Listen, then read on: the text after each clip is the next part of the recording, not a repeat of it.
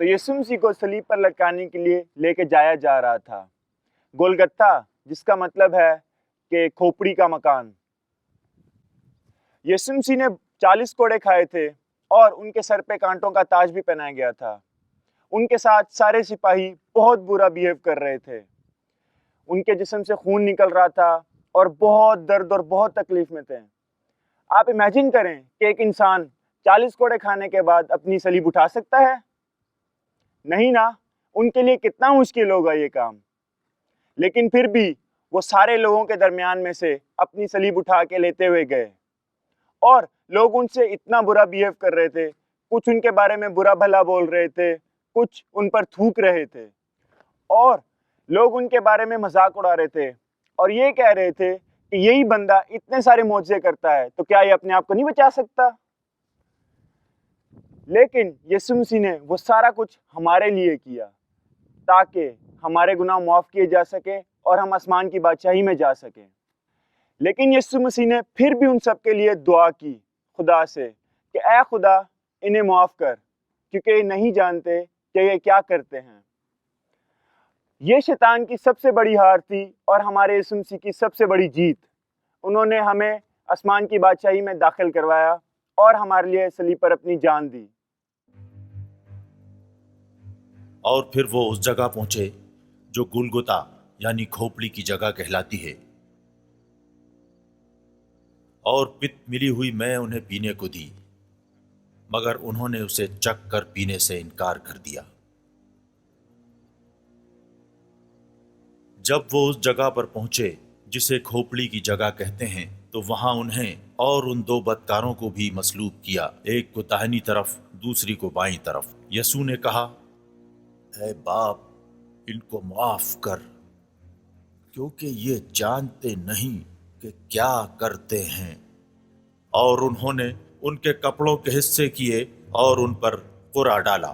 جب سپاہی یسوع کو مصلوب کر چکے تو ان کے کپڑے لے کر 4 حصے کیے، ہر سپاہی کے لیے 1 حصہ، اور ان کا کرتا بھی لیا۔ یہ کرتا بن سلا سراسر بنا ہوا تھا، اس لیے انہوں نے آپس میں کہا، اسے پھاڑے نہیں بلکہ اس پر قرعہ ڈالیں تاکہ معلوم ہو کہ کس کے حصے میں آتا ہے۔ یہ اس لیے ہوا کہ وہ نوشتہ پورا ہو جو کہتا ہے کہ انہوں نے میرے کپڑے بانٹ لیے اور میری پوشاک پر قرعہ ڈالا۔ چنانچہ سپاہیوں نے ایسا ہی کیا۔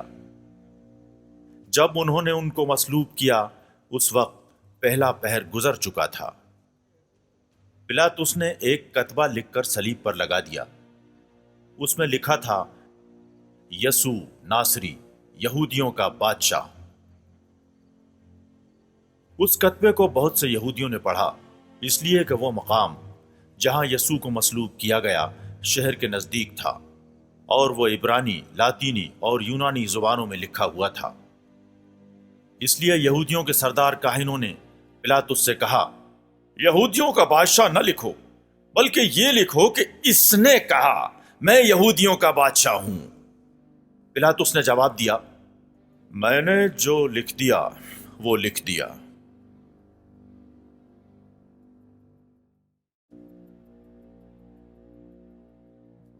وہ تیاری کا دن تھا۔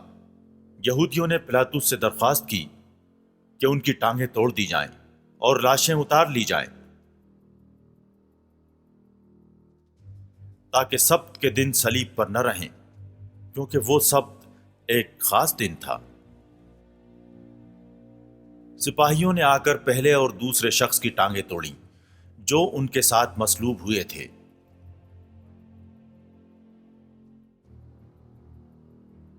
لیکن جب انہوں نے یسوع کے پاس آ کر دیکھا کہ وہ مر چکے ہیں تو انہوں نے ان کی ٹانگیں نہ توڑیں، مگر ان میں سے ایک سپاہی نے بھالے سے ان کی پسلی چھیدی اور فی الفور اس میں سے خون اور پانی بہہ نکلا۔ یہ باتیں اس لیے ہوئیں کہ نوشتہ پورا ہو، اس کی کوئی ہڈی نہ توڑی جائے گی۔ پھر ایک اور نوشتہ کہتا ہے، جسے انہوں نے چھیدا اس پر ہی نظر کریں گے۔ جب شام ہو گئی تو اس لیے کہ تیاری کا دن تھا جو سبت سے ایک دن پہلے ہوتا ہے، ارمیتھیا کے رہنے والے یوسف جو عزت دار مشیر اور خود بھی خدا کی بادشاہی کے منتظر تھے، انہوں نے جرت سے پلاطس کے پاس جا کر یسوع کی لاش مانگی۔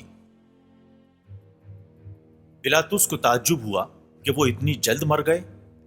پھر صوبیدار کو بلا کر اس سے پوچھا کہ ان کو مرے ہوئے دیر ہو گئی۔ جب صوبیدار سے حال معلوم کر لیا تو لاش یوسف کو دلا دی۔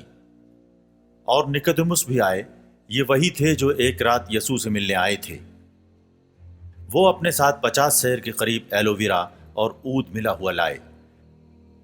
انہوں نے یسوع کی لاش لے کر اسے سوتی کپڑے میں خوشبودار چیزوں کے ساتھ کفنایا، جس طرح کے یہودیوں میں دفن کرنے کا دستور ہے۔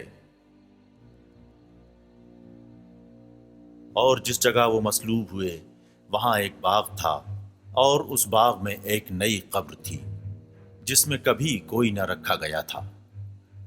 انہوں نے یہودیوں کی تیاری کے دن کے باعث یسوع کو وہیں رکھ دیا، کیونکہ یہ قبر نزدیک تھی۔